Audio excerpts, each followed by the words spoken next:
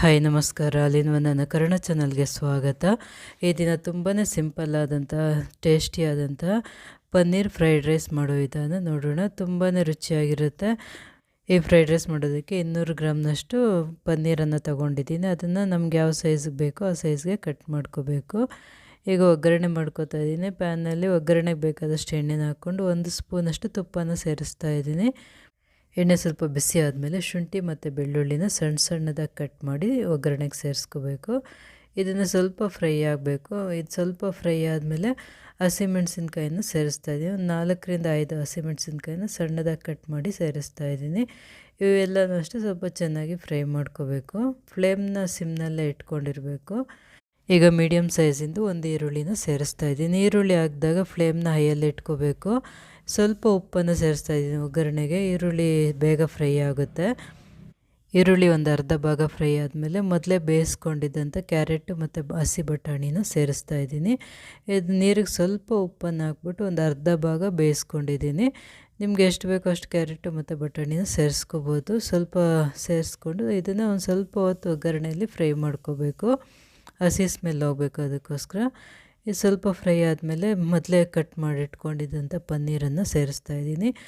Fried rice ಮಾಡುವಾಗ ಪನ್ನೀರನ್ನು ಈ ಸೈಜಿಗೆ cut ಮಾಡಿಕೊಂಡ್ರೆ ಚೆನ್ನಾಗಿರುತ್ತೆ. ಈಗ ಪನ್ನೀರನ್ನು ಸೇರಿಸ್ಬಿಟ್ಟು ಅದನ್ನು ಅಷ್ಟೇ ಒಗ್ಗರಣೆಯಲ್ಲಿ ಸ್ವಲ್ಪ ಹೊತ್ತು ಒಂದು 5 ನಿಮಿಷ ಚೆನ್ನಾಗಿ ಫ್ರೈ ಮಾಡ್ಕೋಬೇಕು. ತುಂಬ ಮಿಕ್ಸ್ ಮಾಡಬಾರ್ದು.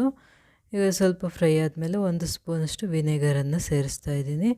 1 spoon soya sauce, dark soya ಸಾಸನ್ನು ಸೇರಿಸ್ಕೋಬೇಕು.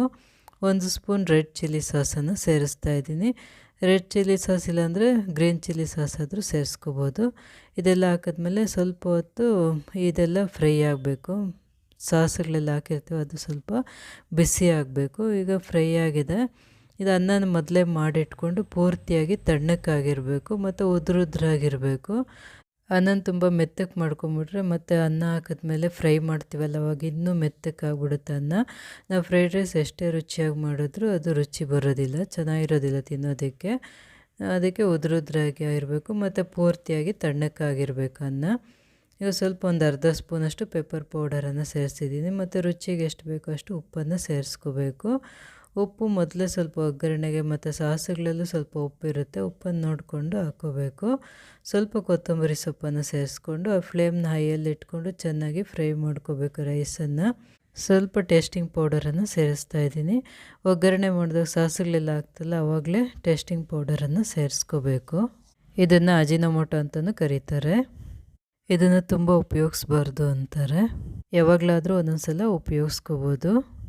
ಇದು ಹಾಕೋದ್ರಿಂದ ಫ್ರೈಡ್ ರೈಸ್ಗೆ ಒಂದು ಒಳ್ಳೆ ಫ್ಲೇವರ್ ಬರುತ್ತೆ. ಮಕ್ಕಳಿಗೆ ಈ ರೀತಿ ಮಾಡಿಕೊಟ್ರೆ ಬಾಕ್ಸ್ ಫುಲ್ಲು ಖಾಲಿ ಮಾಡ್ತಾರೆ. ಈಗ ತುಂಬಾ ರುಚಿಯಾದಂಥ ಸಿಂಪಲ್ ಆದಂಥ ಪನ್ನೀರ್ ಫ್ರೈಡ್ ರೈಸ್ ರೆಡಿಯಾಗಿದೆ. ತುಂಬ ಟೈಮು ಬೇಕಾಗಲ್ಲ. ಒಂದು 10-15 ನಿಮಿಷದಲ್ಲಿ ರೆಡಿ ಮಾಡ್ಕೋಬೋದು. ಈ ವಿಡಿಯೋ ಇಷ್ಟವಾದಲ್ಲಿ ಲೈಕ್ ಮಾಡಿ, ಕಮೆಂಟ್ ಮಾಡಿ, ಶೇರ್ ಮಾಡಿ, ಸಬ್ಸ್ಕ್ರೈಬ್ ಮಾಡಿ.